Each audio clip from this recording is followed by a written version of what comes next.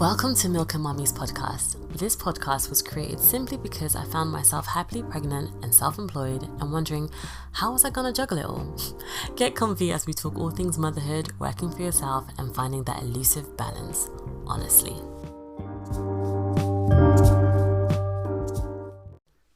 Hello. Hi. I was about to say, I know I'm meant to be like, hi, but there's a baby here and she's adorable. I've got no sense of just anything. So hi, and who are you? Tell us who you are. Who are you? My name is Polly, and I sing for the money, sing for a living, but Jill of all trades. Yeah. So yeah, that's what I do right now. Not sure whether I will do that forever. Yeah. But right now, that's how I'm bringing in the cash money. And I brought a little friend along, and I just had a baby 3.5 weeks ago.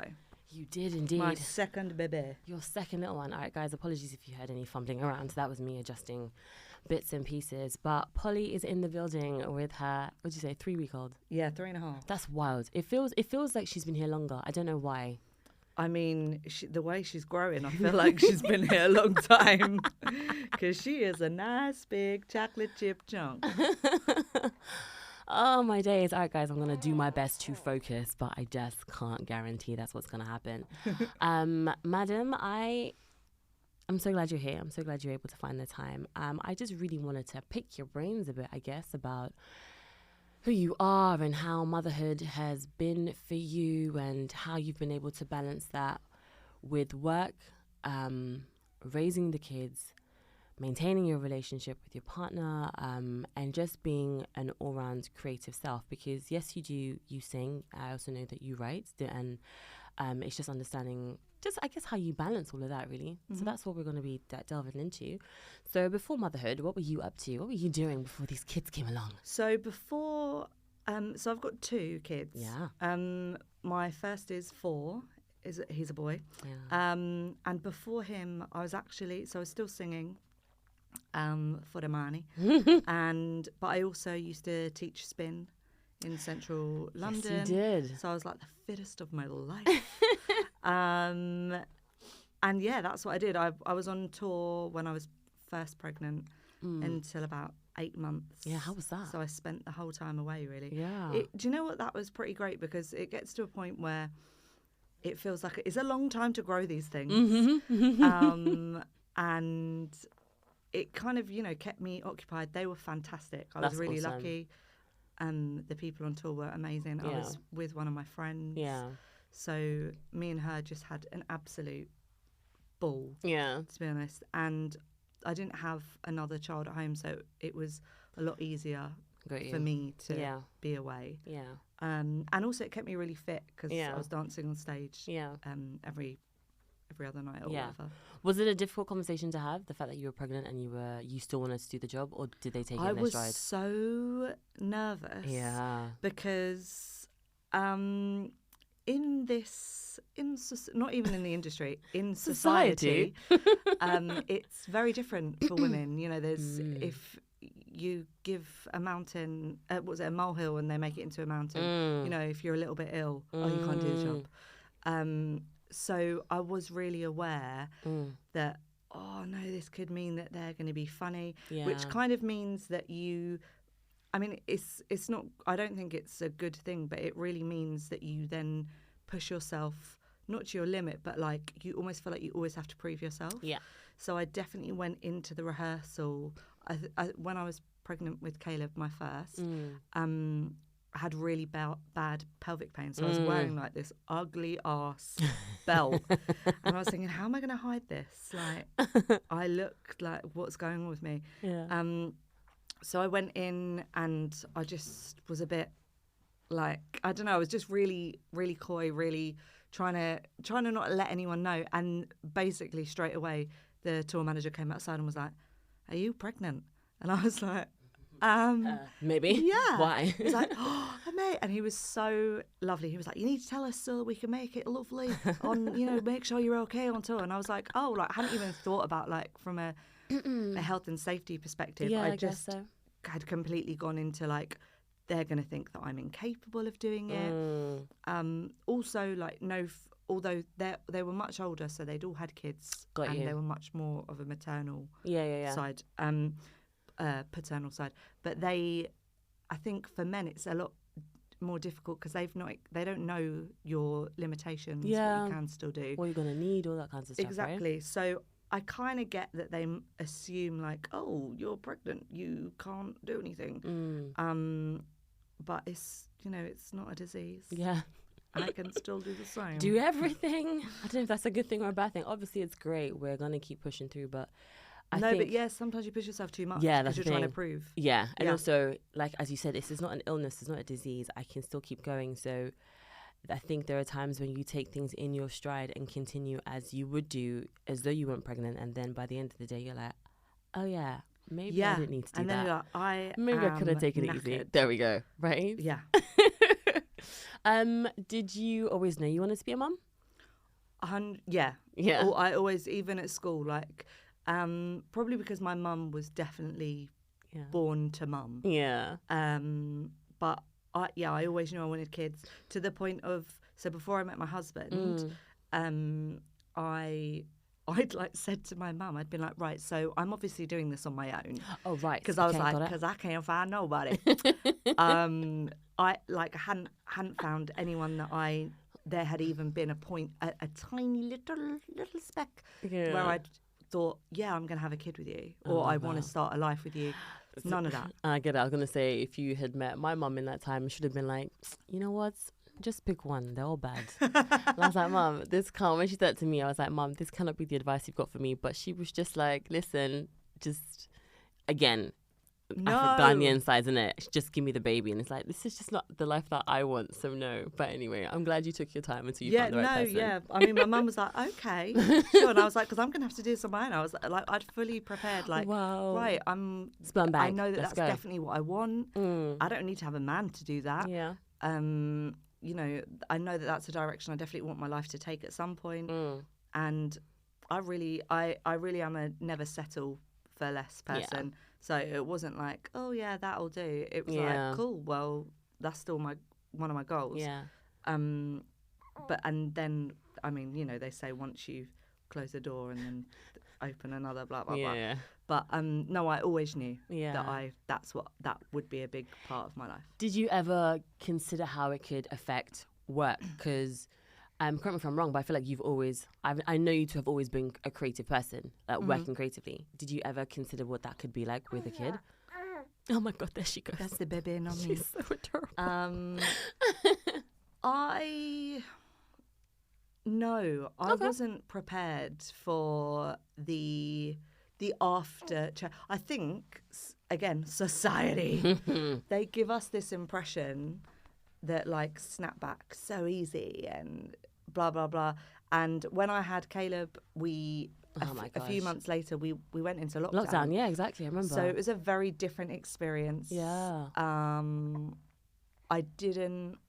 It's not that I didn't. I don't think I even thought about it. I naively was just like, I certainly didn't think about financially. Yeah. Obviously, I knew, everyone's always like, kids cost so much money. I love that. Sorry, my mum's the opposite. They're not expensive. I'm like, Mum, why are you lying to me? I watched you raise 5 kids. Anyway, go on. But like, everyone would always say that, but I never really thought about little things like, oh, you're not going to be making money. How, are you gonna create some kind of financial plan with your partner so that I don't want to be here like, can I have some money, please? Yeah. So things like that, like the reality of logistics, I hadn't thought about at all. And work-wise, it was just. And work-wise, like how it impacts what you did, what you do. Because you were gigging, like you're... So yeah, sorry, Polly has said she sings for the money, but she's on like various different projects, whether it's on shows, whether it's with different artists and things like that. So you travel, you're on the go, right? Yeah, I didn't think about... Don't get me wrong, there are some people in the industry that have obviously got amazing setups with their artists and their... are happy to bring their kids with them on the tours, and I applaud those people who have said to them, do that. If that was an option, if that had been an option for me, I probably would have done it. Yeah, because I wasn't here being like, oh, I'm going to stop my life. Yeah, got you. I'm very much of a bring a child. Like, I don't think it needs to be a box. Yeah, I agree. Like where you give up everything. Yeah. But now I wouldn't. I'm less. I don't want to go away. You know, like when you haven't got kids, it's like, great, I can extend this trip. Yeah. This, you know, it started off as one gig, but now it can be, you know, I can turn it into a holiday, blah, blah, blah. So it does affect, because now I'm just like, I just want to go home as soon as possible. See your bubs. Yeah. No, totally. Oh, my gosh. What was your journey through pregnancy like? Which one? I know, right? Both, actually, if there was anything different, because you've obviously got a little boy and now you have a little beautiful girl. Was there any differences in between with the pregnancies at all? Yeah, so yes. I think that I knew she was a girl because they were so different. Okay. So I've been, again, so grateful because I have really been lucky. I haven't, I have really been lucky. But I felt very sick when I was pregnant with my second. Okay. For the first 3 months. Yeah. And physically it really took a toll on my body and much more. First one, mate, you could have got me up Mount Everest. I would have been It's true. Yeah, so you were still spinning, right? And I remember seeing you out in gigs and you were dancing like there's no tomorrow. You were the fittest ever, I think. Yeah, you were out. I was out. I had like, okay, yeah, I know Rihanna just had her belly out and stuff, but girl, I had that 4 years ago. I was at that gig in Camden. I had a crop top on. You did. All the aunties were unhappy. And I just was like, I'm so happy to be pregnant. Look at my belly. So I was living. This time, I've still been really lucky. Like, I've physically, it's been really great for me. Yeah. But it's different when you got one already. Yeah. There is no time to nap. There's no nap. Who is nap? And you kind of can't acknowledge it as much. Yeah. Okay. Because life's already happening. You've got another child that you're trying to give the attention to, and at the same time being like, no, I can't play rough and tumble because I've got a human in me. That's also very, very true. Gosh, any weird sort of like symptoms or cravings or anything like that? I thought I was going to have the best and the maddest cravings because I'm the biggest foodie. I was expecting, like, I don't know, flipping sardines and like or coal. ketchup. Everyone's always like coal. Coal, I know, and some people have had that. Some people had a whole thing with flour and coal and dirt, whatever else. I was expecting the things. I had nothing remotely unusual. I didn't have any, no. Even with baby number 2? Nothing at all. For the first 3 months, anyone who opened the fridge, I was like, shut the fridge. Oh my gosh. Like anything made me feel unwell. But I wasn't, there's nothing that I was like, I need to eat. Have X, Y, Z. Yeah. I went off meat in a big way and I'm the biggest carnivore, so that was interesting. So I was vegan for a little while. But other than that, meh. It was regular. Same. So disappointed. Yeah. Gutted, but whatever. And I also was a bit like, this is my chance to be like, it's 4 a.m. I need you to go get me a Exactly. Never happened. Yeah, I was really ready for the movie. No, nothing at all. Did you find, with your first one, I guess, in particular, did you find that you had the information and access to information that you needed? Did you even think or process pregnancy that way? Or no? Did I even? Yeah. No, like we did NCT classes. Yeah. Personally, that wasn't for us. Fair enough. There almost needs to be a space created for self-employed, like almost like a separate section. Self-employed NCT. Yeah. Because we did that because people said like, oh, you'll meet so many mums and dads in the area, and it's a great way to create a community. And I'm sure it really is for mums who maybe who will be at home and their partner is away at work, like 9 to 5. But for self-employed, it's a completely different ball game. What did you find, just like in terms of the flexibility or availability of stuff? I couldn't relate to anything they were saying. I was like, my man's at home, like I'm. Got you. Okay. And also just like, so the experience is different. they're at home and like salute to you. Yeah. But I was really lucky. Emmanuel was there. We really did it together, and our self-employed struggles are very different. You know, we're thinking about where's the next paycheck coming. Yeah, that's true. There's, you know, mat leave, who? Yeah. That doesn't exist, you know, in our space. Things like that. And how do we promote ourselves to get back to work? Yes. You know, there's a lot more stability with people who have got 9-to-5 jobs. Yeah. So I can't even remember what the question was. I'm so sorry. I've gone off on such a tangent. Tangents are welcomed here, don't worry. But yeah, that was... I actually can't remember. Yeah, so I feel like you've asked me a question that wasn't about that at all. No, but yeah. That works perfectly fine. But if anyone wants to create that, an NCT feel free to do it for self-employed. I think, no, I mean, just touching on what you said, it is true. We definitely have, I guess, one of the bonuses or benefits of being self-employed, and if your partner is too, is just being able to create your own schedule and your way that you're going to do it. Obviously, Max is also self-employed, and it's been great where we're able to bounce off each other and be able to work in a particular way where I know I'm not going to need childcare in a certain way because my partner's home. Yeah. And vice versa. I think when Zena gets older, then I think that's maybe when we're going to have to rearrange it's when they start implementing routine, you're like, what? There we go. Like a rock star over here. There we go. That's when I think we may have to reassess what we're doing. But it is true. It gives a completely different feel to having your partner home more than, say, when I think about my friends who are in corporate spaces, that experience is very different. So I'm really grateful for that, to be honest with you, like massively.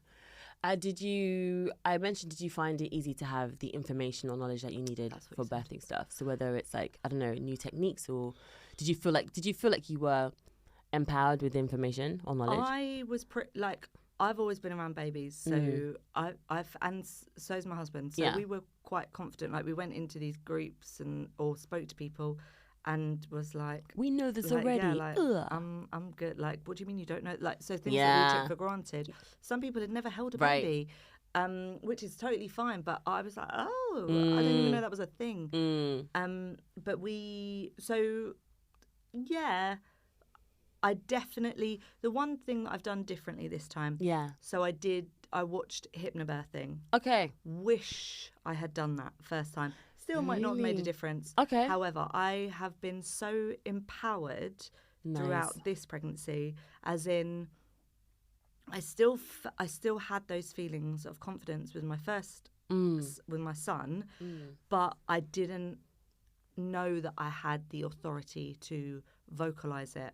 So I was induced with my first child, and they didn't give me, it wasn't like, this is an option. Yeah. It was very, when I went in, so it wasn't because I was overdue. I ended up with like a pregnancy, like something that you get in pregnancy. And the doctor came in and was like, we need to get your baby out now because otherwise he'll die. Oh, wow. And I was like, I love that. Thank you, guys. That's everything you need to hear. Yep. It was wild. And then even that, it's changed so much. So this time I had to be really aware in case I had the same gestational thing with my second. Yeah. Well, what did you describe it as? Sorry, I feel like I missed it. You said you had a something pregnancy. Oh, so it was called OC. Okay. It is so... Can do a quick Google, guys? Yeah. Go on. So obstetric scoliosis, it's so rare. Okay. You know. And usually they say, it's usually within Asian mothers. And I was like, well, I'm Mediterranean, so I need you to research. They haven't done enough research on it to understand it. Obviously, their main worry is that your baby is distressed. Okay, so it's like Google information. It's about your liver. A liver condition that occurs in late pregnancy, and it can cause intense itching but without rash. And I guess they just need you to... They just are always... Which I totally get, but I was so strong, like, he's fine. And they induced me at 37 or 38 weeks. Okay. They tried to induce me earlier, and I was like, please let me try. But they didn't give me the information to know there were other options. There were other options. And also I didn't know almost my rights to say, actually, I hear that's your experience, and this is what you advise. However, I'm going to go this way. Yeah. And looking back, it's something that I have real. I can't play on it too much because it's happened, and my son got here healthy. He's so strong; it's a joke. Yeah. He is. And I'm so lucky it was fine. Yeah. But I spent the whole induction being very distressed and like crying and saying he doesn't want to come out. And however, this time, I was like, no, this is it was like manifestation to the max. I was like, no, this is how we're doing it. Yeah. This is what it is. I hear that. I was prepared for every eventuality. Yeah. If they say this, okay, this time I'm going to say, and I'm going to take my time to, a bit like people are always like, I need an answer. Yeah. Rush. Let me take a minute. Yeah. Let me center myself, think about what do I want? Where am I at? What is my body telling me? And that's so key. And that was that primarily because of the information you got through hypnobirthing? Yes. Just understanding. What did you use or who did you go to? I went to the Positive Birth and I didn't Did I give you the information? No, I didn't. Did I give you the login details and stuff? No. Okay, cool. The Positive Birth Company. But I have since found someone called Pop That Mama. And she's like, I'm into her. She's like, because the Positive Birth Company is great, but she's you really have to lean into the, I am my body. Yes. And, all that. And that's cool for a minute, but I also need someone to be real and be like, I'm hip, I'm young. Yeah. You're young, that's it. And she's really, really cool, and she does, like a similar thing. So I took things from both of them. I didn't finish it at all. Fair enough. Because of life. But I took so much stuff from there on.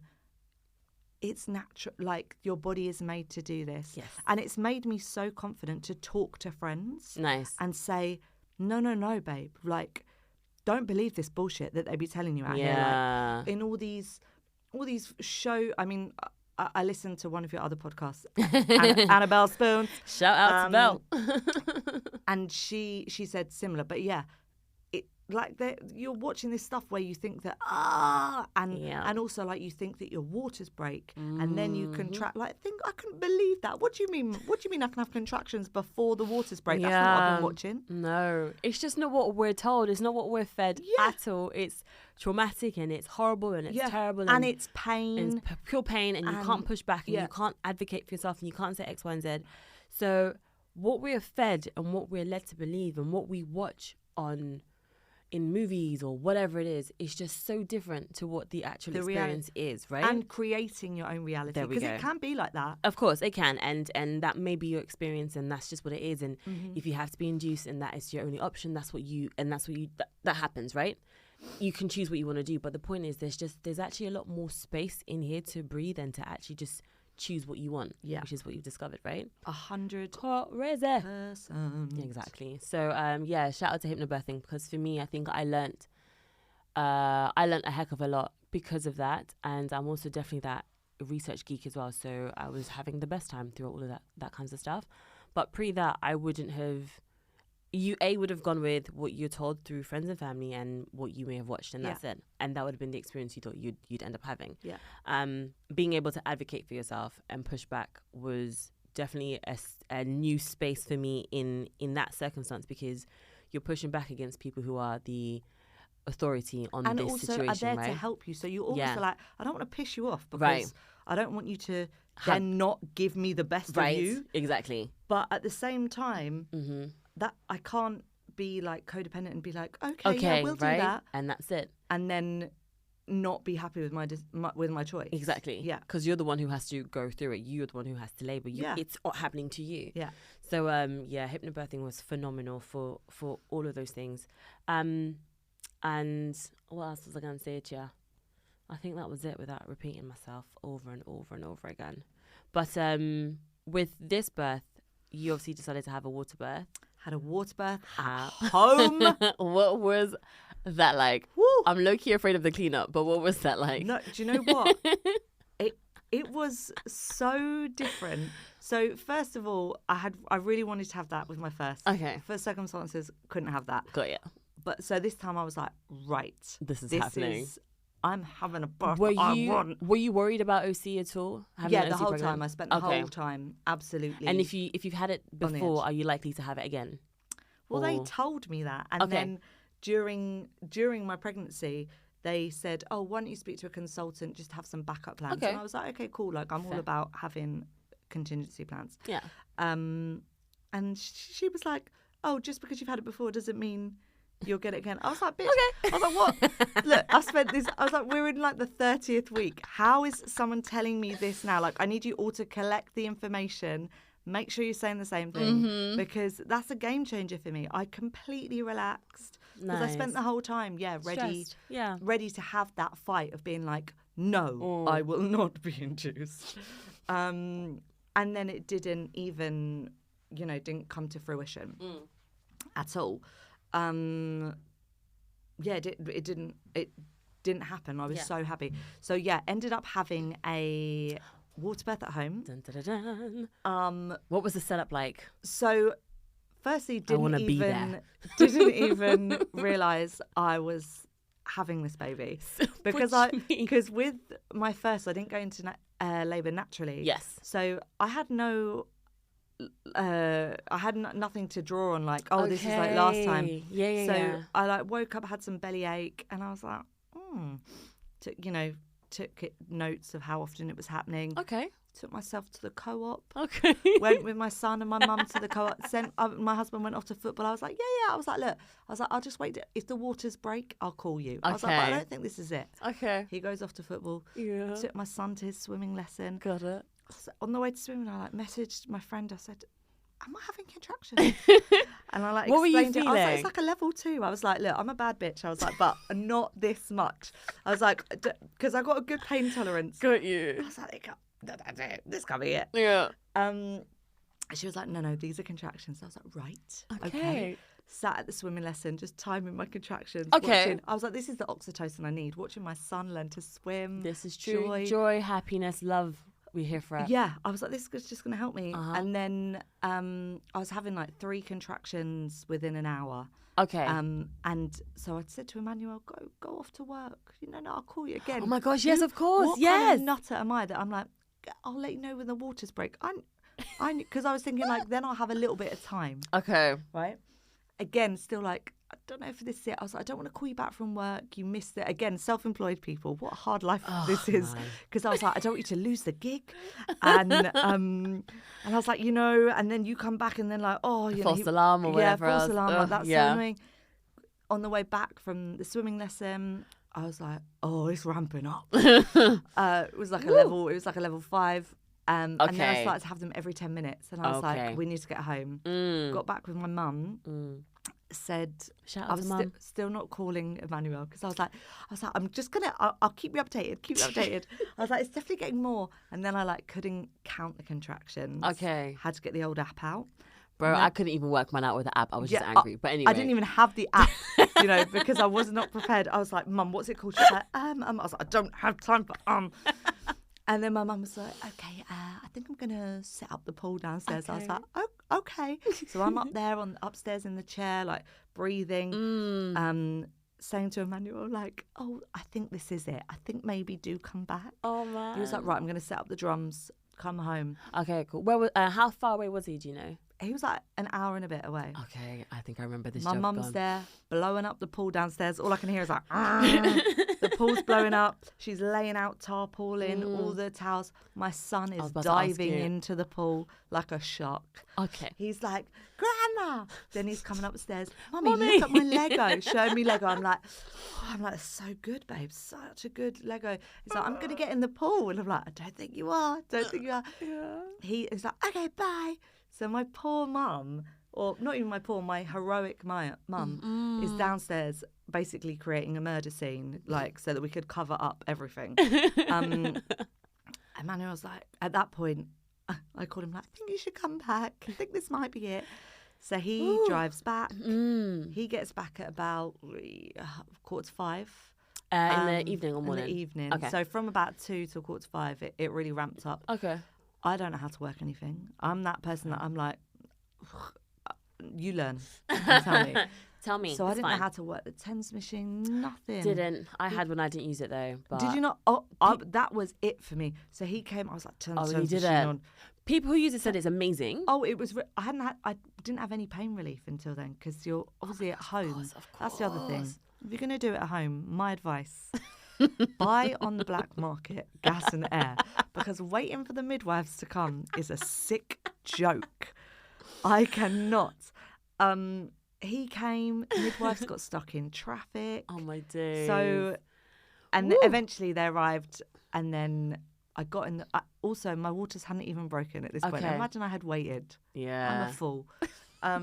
Got in the pool, waters broke, and she was born 18 minutes. Wow, after the waters broke? Yeah. Amazing. And I mean, you're not allowed to get, they don't want you to get in the pool until the midwives are there. Yeah. But she walked in, I was like, give me the fucking gas in there. Like that. And she's like, oh, she was so cute, my midwife. She was like about to retire. And she was like, she just kept going, isn't it lovely? And I was like, I'm really regretting my choices, Margot. And she was like, no. And I was like, no. I was like, what? And I was at that, my body had already started to try and push. Yeah. And it was absolutely wonderful. Okay. I mean, it was, she came out quick. My mum turned her around in the pool. Oh. And she popped up like a little buoy on the sea. And it was absolutely wonderful. And then I stayed at home. Yeah. So I am a massive advocate for home birth. Also, the midwives, maybe it was just mine, but they did not touch me at all. Okay. The first birth I had was very, very intrusive. So much intervention, like people all up in you. You're like, please, this is too much. Yeah. They didn't even touch me. They were like, they were very of the mind of, we're just here in case anything happens. Nice. But you've got this. And it was honestly sensational. That's amazing. That's so great that you felt so supported and just allowed to let your body do what it knows to do, give it a chance to. That's phenomenal. And I just kept remembering one of the hypnobirthing things that was said was you actually don't need to push. Like your body has a natural reaction. So like almost when I went, I should be pushing. I was like, no, let it happen. Yeah. And again, I'm really lucky because I have a teammate of a partner who was, so my mum kind of focused on the fact that the baby was coming out. Okay. Emmanuel, we were like head to head. He like took my hand. I had one hand on him, one hand on gas and air. Like took my hand off the gas and air, so I had it just in my mouth. And he was just like, we were in a zone. I was high as a kite, thought I was in the clangers. But he was phenomenal as well. Yeah. So I'm really lucky. But for me, that's the way that I think birth should be promoted to everyone. Yeah. That it's not this medical thing. Everyone's always like, we've been doing it for people having babies for years. Legit. People having babies all over the shop. Yep. In all kinds of places, be it your home, your barn, your woods, your whatever, blah, blah. It's been happening. Yeah. I wanted to ask you, what did you say? You said something that made me think, as you were saying, pushing. You said that there was a moment where you thought you should be pushing, but you realized you didn't actually have to. It's weird. Until you said that, it just made me think about what I was doing. I don't recall either, like, pushing my baby out. Like, because it's the narrative we've been fed. Yeah. I was very conscious of breathing through your surges, breathing the baby out. And that I kind of picked up from, I think it wasn't the birthing. Oh my gosh, all the words are jumbled in my brain. But it was, is it a working mama? She's the other person I followed. Okay. Jesus Christ. I may have just butchered who she was. In terms of her Instagram handle. I think it was her I followed. No, it's not her at all. Anyway, there was another woman that I followed on Insta, and she really stressed the notion that it's about breathing the baby out, breathing them out. And she's the woman who pushes floppy face, floppy vagina. And I've completely forgotten. Is it who you followed? No, but my friend sent me like a whole list. She was like, remember floppy face, floppy fanny. That's it. I can't even say it quickly. Like, floppy. Floppy face, floppy vagina. Oh, where is she? This is gonna bug me because it's her mantra on Insta. God damn it! It's almost like when you think about it, you go, duh, but we don't think like that. No, you're not told that. We're not of taught course, that. if you're tense, if you're feeling uncomfortable, if there's a bright light in your face and 29 people looking down at your foof, you're not going to be. I'm not going to be like, oh yeah, let me relax and let this come out. That's right. Right, here we go. I found her, the naked doula. Oh, that's who it is that I follow. Her name is Emma Armstrong, and yeah, her page is all about. I mean, I said it. Kiko, knees in, calves out, like floppy face, floppy fanny. Yeah, that was the other thing. Knees in. Mm-hmm. What? Yeah. Yeah. So yeah, she's dope. She's great at like quick, snappy little oh my gosh, more words are skipping my brain. Just key, quick information, bite-sized stuff, so you can always remember what you need to do. That's good. So yeah, that was definitely the I had that in my brain with stuff. Definitely lost my train of thought. Never mind, guys. I wanted to ask you: were you able to? Yes, your mum was setting up like the pool and all the rest of it, but were you able to create like the kind of space you wanted, like dim lights or candle, like? Yeah, had like a bunch had fairy lights all over the shop. Yeah, had if you're having a baby at home, I learned that you can't have candles because if you're going to have the gas and air, you can't have the candles. Oh yeah, that's clever. Yeah, it, like little things like that. You're like, but it was really. I mean, I had her in the evening, so it was quite dark anyway. But yeah, had loads of fairy lights. Yeah, had on like meditation music in the background.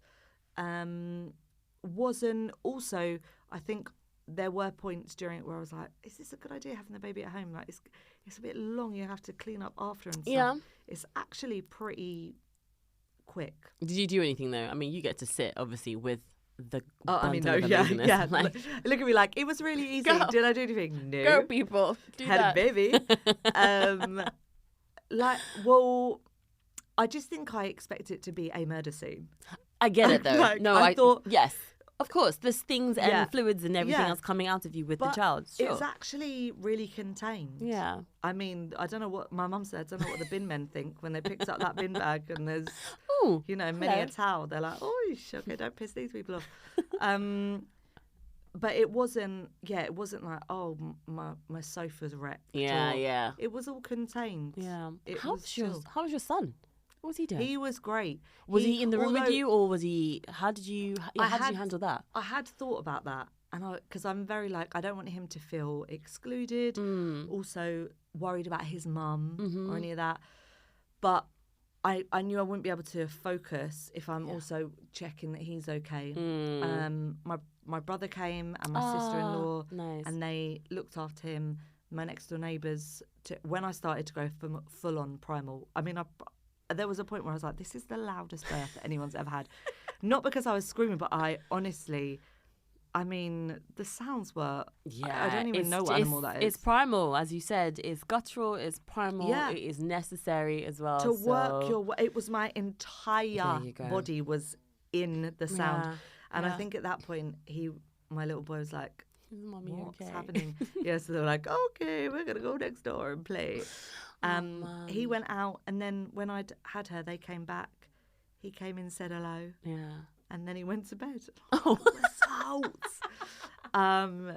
so that was really chilled. Yeah. And he's been wonderful. Yeah, he's excited to be a big brother. Every day, wants to hold her. Yeah. Amazing. Pain-wise, and was there any... What was pain like? So, first birth had it went on for 5 days, this induction. It was like a never-ending video game of hell. And eventually I ended up having an epidural. So, got you. I mean, pushed him out, but I don't really have a recollection because there was no... You can't feel it. You can't feel your legs. This time, this is going to sound awful, yeah? Tell the truth. But, I mean, I'm going to tell you, I would do it again. I'd do it in a heartbeat. So even though it sounds like this, I would still do it because you get through it. Level 2 was just like a little at the beginning, but when it started to be okay, it's going down. Yeah. I remember saying, "Oh my goodness, it feels exactly like what it is. Someone breaking through your body." And I was more fascinated at the fact that, oh my God, like I could feel, it was just mad. The TENS machine was great. Also, this pop, that mama, I think that's her name. She tells you to have a comb in your hand. Yes, I heard that. Yeah. I tried that. Did nothing for me. Did that personally. Not work for you? No. Did it work for you? Well, I mean, the comb almost went through my hand because I was like, ugh. But it definitely helped. I think just maybe idea of, I'm doing something to track the pain. Yeah, because it's obviously meant to be, it aligns with some of the pressure points in your hands, doesn't it, right? Oh, is that right? What it is? Yeah, to kind of I was just like, if I'm in pain somewhere else, then my body's not going to be thinking about the pain there. That was that's so funny. Look at me, completely missed the point. Sure. It did nothing. It did nothing for me, like nothing at all. I mean, I don't think I had the proper comb. I had like an Afro comb because I hadn't bought the proper thing in time. It needed to be like a little bit of a curve, long. Yeah, that one. No, I just worked with what I had. Fair enough. TENS machine was great. Gas and air. I'm here for that all the time. The thing is, because my labour and birth was so quick, right? A friend of mine said to me, do you know what? Maybe if you were able to labour for longer, perhaps it would have had a different effect on you. Mm-hmm. I felt the quality of my voice change. And when I first started taking it, ooh, hello. It was a whole different vibe. And then it made me feel a little bit nauseous when I started like taking it in and trying to adjust to it. But after a while, I was like, I don't even think this is working. And really? when I first got my canister, they were like, it's a little bit, it's finishing, but there's enough in there that will help you. So I was like, okay. So I was like, maybe it's already finished because it didn't really feel like it took the edge of anything. Now, if it did take the edge of something, I'm like, yo, okay, this pain is really, really real. I describe my childbirth as like... Was yours... It was painful. Ouchie. Sorry. Oh, absolutely. It was ouching quite a bit. But my thing was like... I describe it as you're on fire. So if you want to know what that feels like, put your hand through. People always say the ring of fire thing. I didn't have ring of fire. That. When Zena was crowning, no, that was fine. When her shoulders came out, I felt a little like, oh. So I felt a little bam bam as she shimmied out of me. That was it. But in terms of the whole experience of labour and I know more specific contractions. That's what that felt like. That felt like if I put my hand in like a candle flame, that's what that feels like. That's how I describe it. So I felt like I was on fire the whole time. Okay. But so that's what the pain was like to me. In terms of feeling her coming down, I keep saying this on every bloody episode, but it was truly sensational to feel her head just kind of just feel her working down, then bobbing up and bobbing down, coming through. Oh, okay. That was amazing to feel. I mean, painful, yes, but it was like, whoa, this is surreal. And that's been my word for pregnancy and motherhood and birth, everything, just surreal. I can't believe that this is what our bodies are doing and are capable of doing. It's mad. But yeah, that's kind of like my pain space, just fire. Okay, because people said to me afterwards, they said, apparently if you don't have a lot of pain relief, your recovery's easier. Okay. I mean, how do you feel? I don't know about that. But my recovery's been amazing. Okay. And I only had the gas and air for 15 minutes. All right. So maybe there is some truth to that. Okay. But I said to my husband, I said, if we do this again, I said, you need to get on the black market and get some more, because I need that bit before. Just like, I just needed it 15 minutes before, babe. Oh my gosh. But yeah, no, for me it was, I remember when I had Caleb the first time, I bumped into a woman when I was walking around the hospital. She was like, take the epidural. And I was like, okay. Like, we trying to that shook her.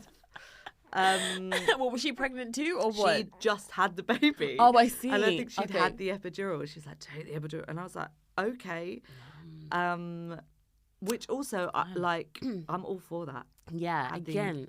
Any way you want to get it done, get it done. This is the thing. Whatever works for you, whatever suits you. As long as it's your choice, the best of your ability. Like, I mean, go for it. I'm glad I only did gas and air, and that was the maximum I wanted. I was willing to adjust if I needed to, etc. But I didn't want to go past that, and I really wanted to just be in it and feel everything as much as I could, and I definitely did that. Would I do it again? 110%. And I think for me, it was understanding what the whole process was like. Once I understood the whole cycle, I was like, I get it. Okay, I can go again. Would you do it the same way? I would do it the same way. You would? Okay. Yeah. Well, that's good. That means you had a pretty great experience. I was happy with everything that happened, and even like symptoms and all that kinds of stuff. I know they could be worse. I had challenges every so often, but I knew it could have been a lot worse than that, and I was content with what I had, really and truly. I mean, that's pretty great. Second baby, you better stick to the plan or be a bit easier. That'd be great. But that's it. Do you have a vivid memory from either birth? You might not. Both of them. Yeah. I was so overwhelmed with love for my husband. Like it was like it was laughable. Really? So I just honestly was like, I just love you so much. So when they had to break my waters with Caleb, and I remember, but again, I was so off my face on gas and air at that point that I just had like a tunnel with my husband's face everywhere in this tunnel. I was imagining, and I just was crying, going, I love you so much, you're my best friend. Da, da, da. And then this time, when I just had her, when she just come out and she was in my arms eventually, I was just sobbing, like, I just love you. I couldn't do this without you. You're the best. Like, how am I about to push a child out and I'm here going, you're the best. So for me, it was just overwhelm of love for my partner. And don't get me wrong, there are all different ways that kids are created and come into the world. I'm aware of that.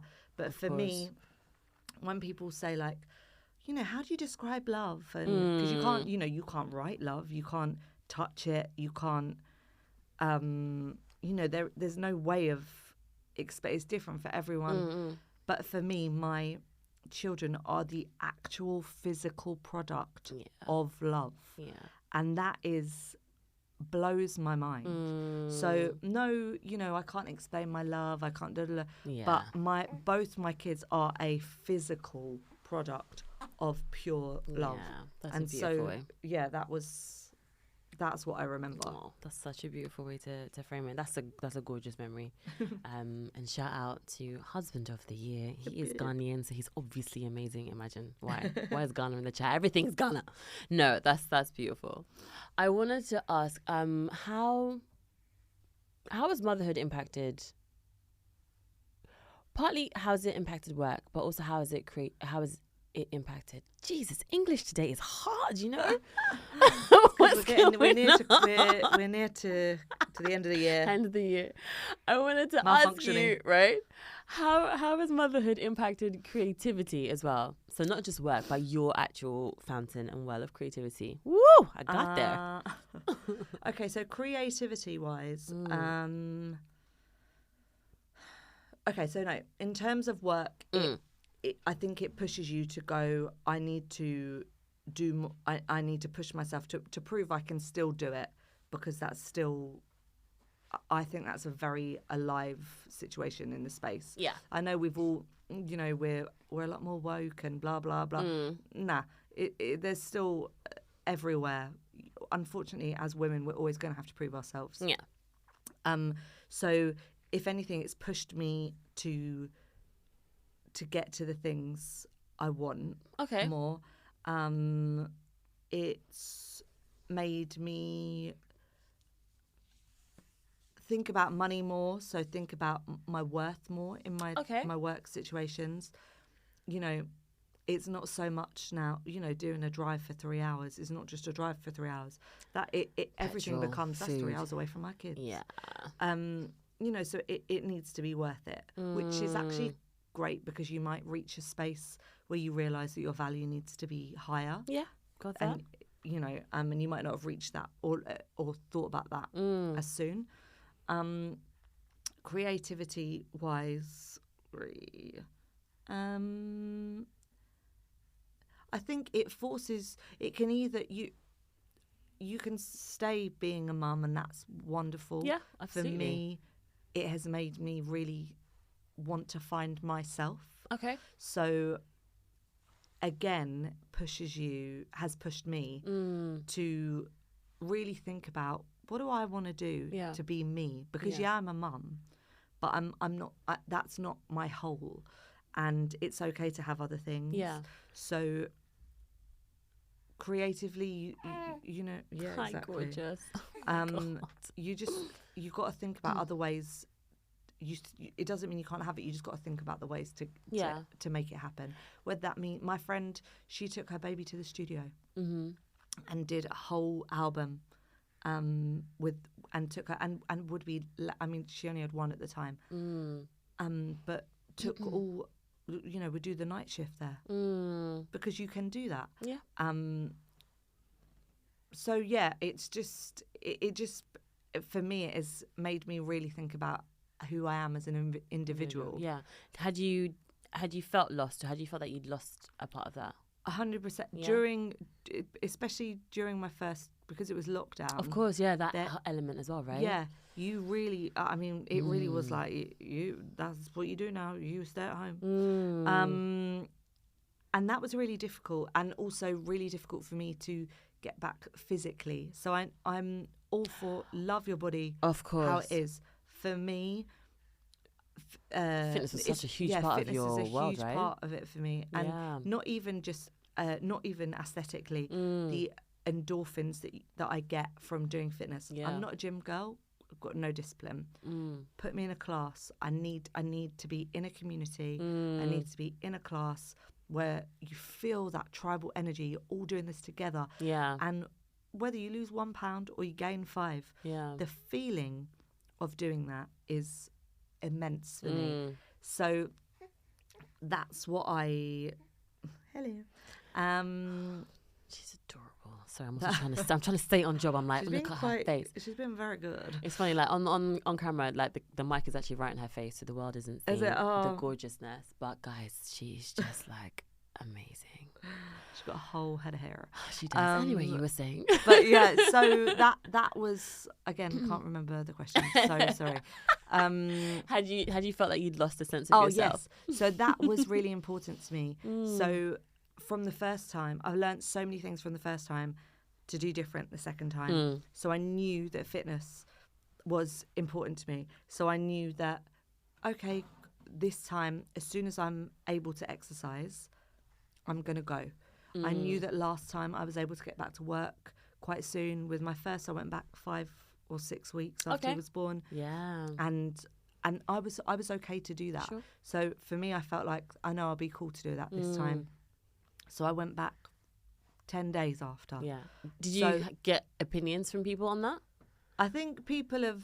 I also know you don't care, like, and that's the way to be. But no one said anything. Okay, good. Negative. Well, not to my face. Fair.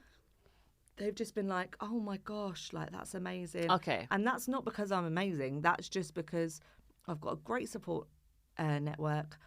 Even though my husband's at work, my mum's there. She's basically another me. So I know that they are loved and cared for the exact same way 100%. As I would. And also, you are amazing. I'm not really here for the whole self-deprecation situation. It's just not my jam. Had I not had a great recovery, I wouldn't have been able to do it. Fair. Yeah, of course. But I knew that was important for me. I knew that this time round, I didn't want to be in a financial situation where we hadn't, before this, we'd sorted out our finances together, so that I wasn't in a situation where I was going, can I have some money to do my nails? Yeah. Like, I'm not that girl. Fair. I don't want to ask for that. And also, you've had to adjust to what life was like with COVID. And for those of us who are self-employed, I know COVID impacted everyone in so many different ways. On the self-employed front, it was like, I'm sorry. So my job literally exists to cater to the world, and we tell stories. Now we've lost the platforms where we can tell stories. So money got hit by that, like, tremendously. So you've had, I guess, that learning in that space as well, right? To adjust to things. But so I really have learnt from the first time. Also about, like, you just do things differently. Even though I've gone back to work really soon, last time I was trying to be everything. I was like, yeah, we'll go here, we'll go there. Would you like a tea? Make your own tea this time, and wash and put your wash up your cup or put it in the dishwasher, because I don't know. Last time I don't know what I was thinking, and I've gone nowhere other than a couple of work jobs, and that's been good. Yeah, fun. Yeah. Look at her face. I've asked this question to every single mother on this podcast, and the question is, what new project have you started since becoming a mum?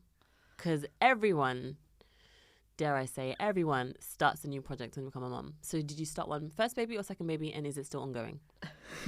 Or if you did none, you'd be the first one to tell me you didn't. Funny. No, yeah, I have. Whoosh. I'm a procrastinator. Okay. Come on. Yes, so when I first was pregnant, was like, I'm going to get my fitness qualifications so that I can teach outside of this commercial space, do it myself. Yeah. You need to have certain qualifications to get insurance. Did that. Remember when Caleb was little, would go one day a week into a college for like 3 hours. I mean, I don't know what kind of life. I was foolish because you can't, it doesn't matter how much you've got your shit together. It's a different ball game. So I cannot learn at the start. I have no brain capacity.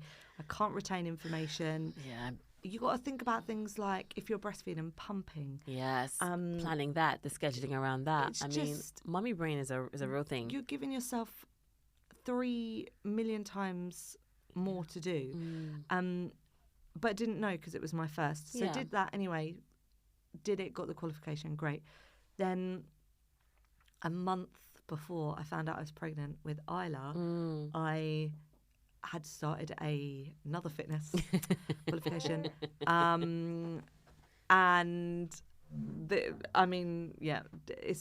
She's born now and it's still going.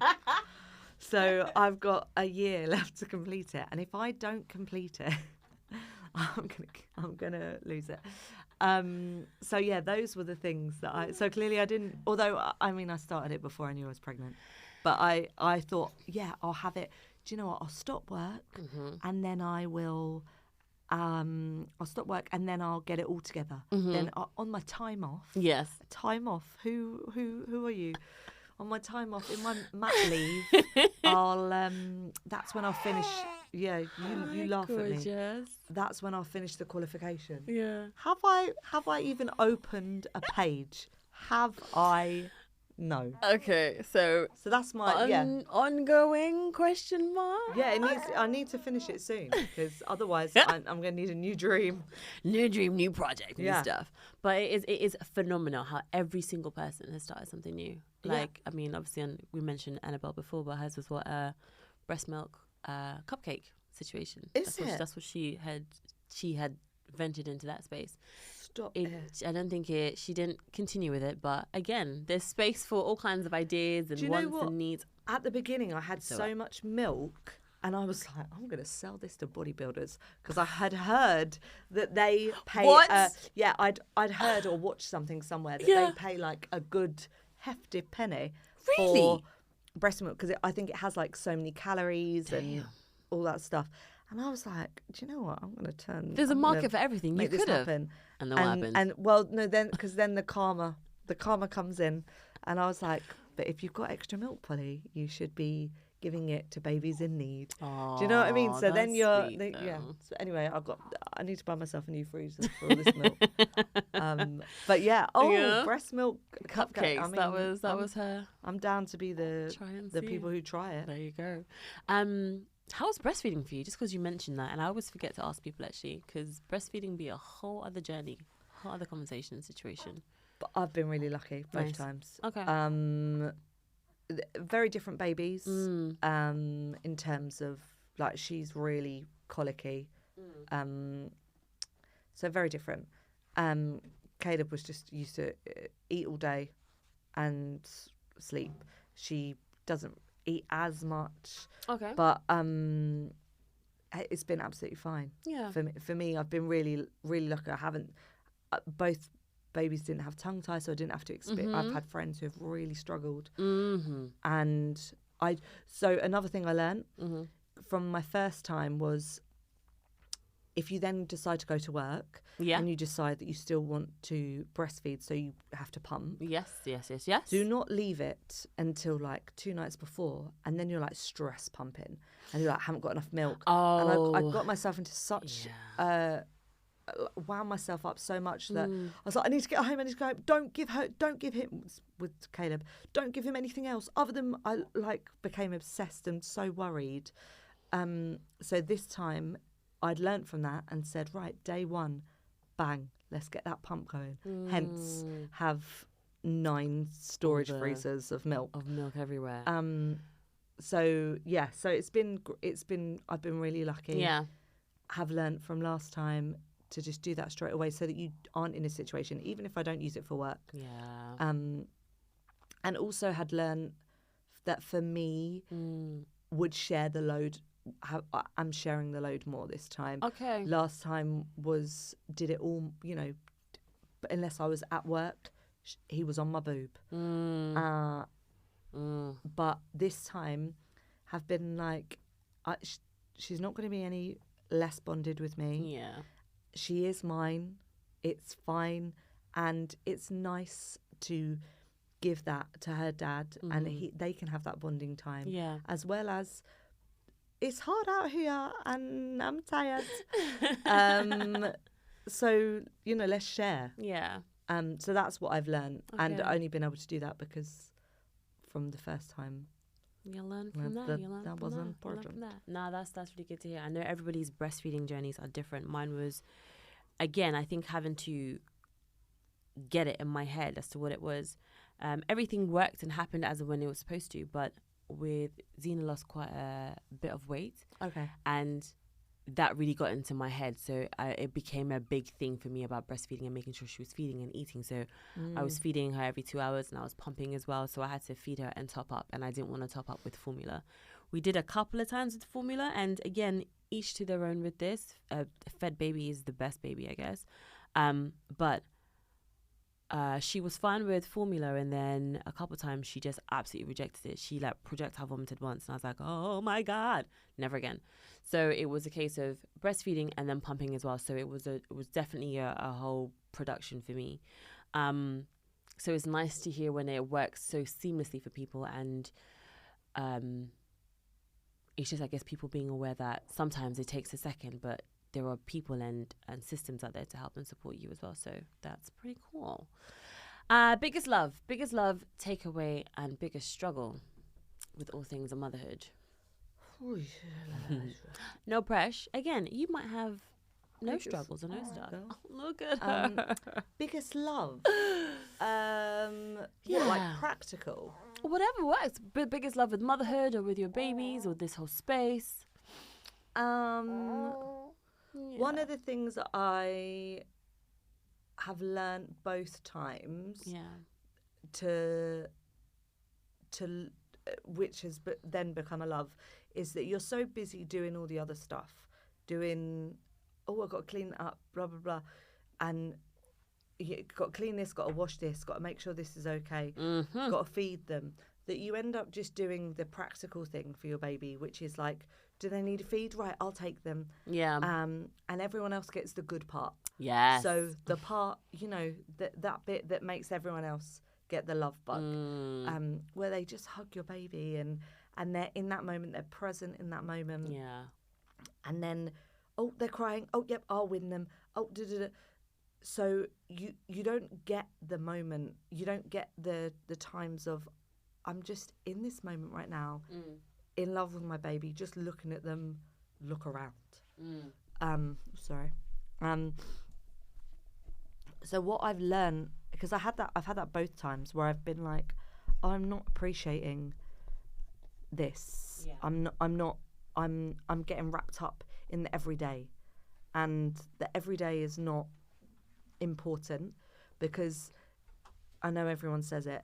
It goes so quick. It goes quick. It does. Even 3 weeks, she's completely different. Yeah. And so one of the things I've loved is being present and going, actually, forget the dishes, or who am I tidying up for right now?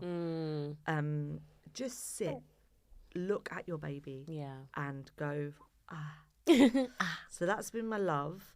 My struggle has been my struggle. If anything, again, if there hasn't been a struggle, amazing. Do you know what I mean, it's just all getting out of the house is a joke. But because you've got 2 kids now, or just it's always been a joke? Okay, cool. I mean, yeah, because he's at an age where he gets himself ready, but there's a whole story to it. Like, but Mum, a dragon would come and eat, and you're like, oh my God. So probably, do you know what? They're probably the same. My biggest love has been learning to be present and just go. And also even with my son who's 4, I'm gonna put my baby down and we're just gonna play. Aww.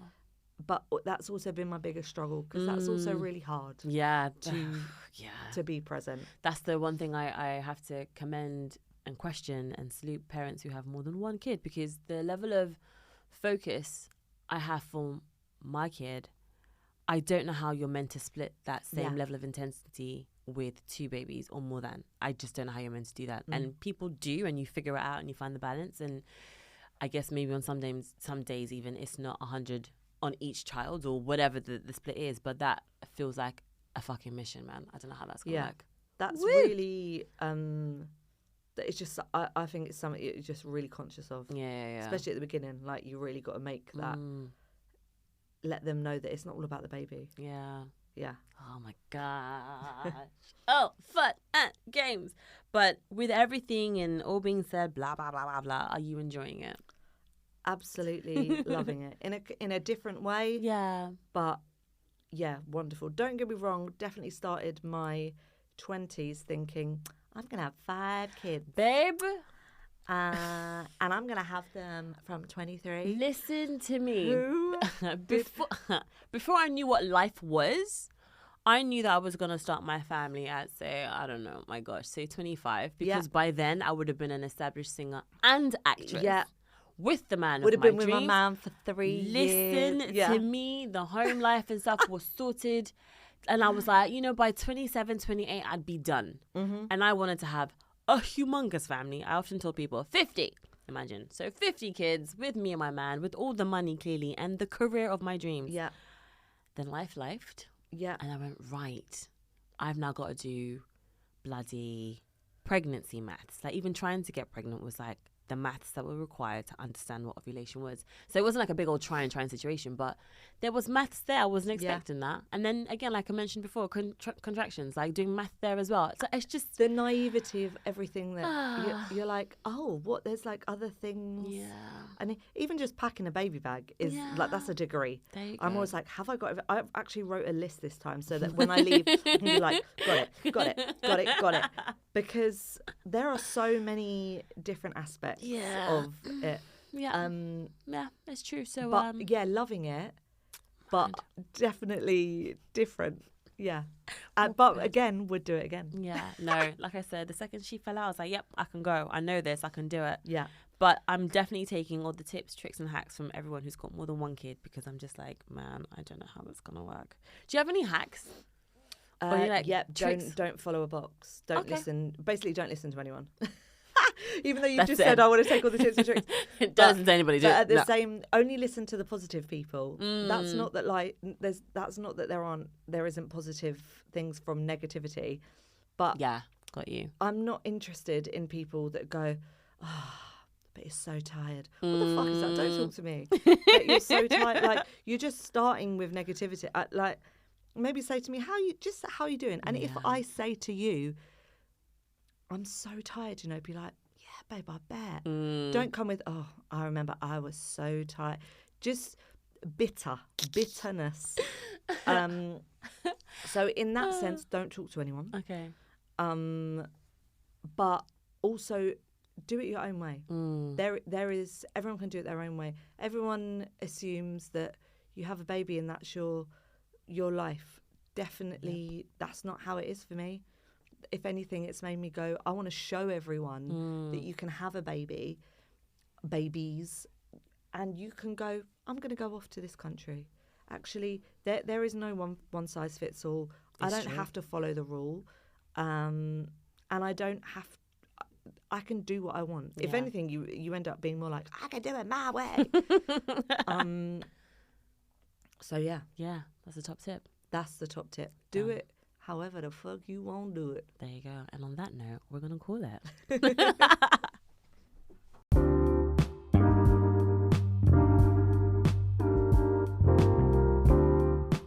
Hey loves, before we sign off, just a quick note to remind you that everything shared on this episode is based on personal research and personal experiences, lived experiences. I hope we were able to give you some food for thought, but please make sure you conduct your own research and speak to your healthcare professional if you have any questions or concerns. Okay, with love, catch you on the next one.